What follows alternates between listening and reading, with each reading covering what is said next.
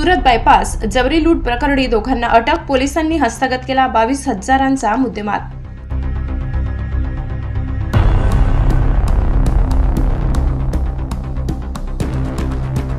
Surat bypass महामार्गावर एका नागरिकाला पिस्तूलचा धाक दाखवून लुटणाऱ्या 2 आरोपींना धुळे स्थानिक गुन्हे शाखेच्या पोलिसांनी जेरबंद केले।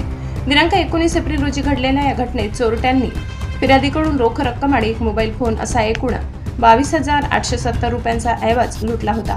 पोलिसांनी गुप्त माहितीच्या आधारे तातडीने तपास करत चेतन जगदीश पाटील वय 24 आणि विशाल उर्फ कल्लू मधुकर ठामरे वय 32 या दोघा संशयितांना ताब्यात घेतले।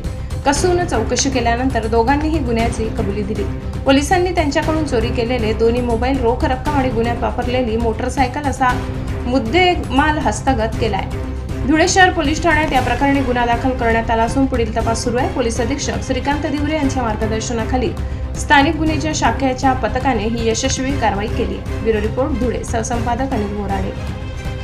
दिनांक 19/4 रोजी मध्यरात्री सुरत बायपास येथे अजय आनंदा मोरे राहणार बदाने तालुका जिल्हा धुळे हे बाहेर गावाहून येऊन पायी आपल्या गावाकडे जाण्यासाठी वाहन शोधत असताना त्या ठिकाणी एक 4 ते 5 इसम अनोळखी त्या ठिकाणी मोटरसायकलवर आले आणि त्यांना चाकूचा आणि इतर जीवे मारण्याचा धाक दाखवून त्यांच्याकडील मोबाईल, त्यांचे रोख कॅश असे सर्व साहित्य त्यांनी लुटून नेलेले होते। त्याप्रमाणे धुळे शहर पोलीस स्टेशन येथे गुन्हा दाखल होता। समांतर तपास करीत असताना स्थानिक गुन्हे शाखेच्या पथकास 2 इसमांबद्दल गोपनीय माहिती मिळाली।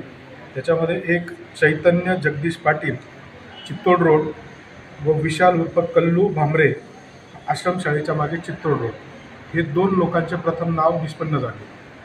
त्यांना गोपनीय माहितीच्या आधारावर ताब्यात घेऊन विश्वासात घेऊन विचारपूस केली असता त्यांनी सदर गुन्ह्याची कबुली दिली व त्यांच्याकडे असलेला चोरीचा मुद्देमाल हा त्यांनी काढून दिला।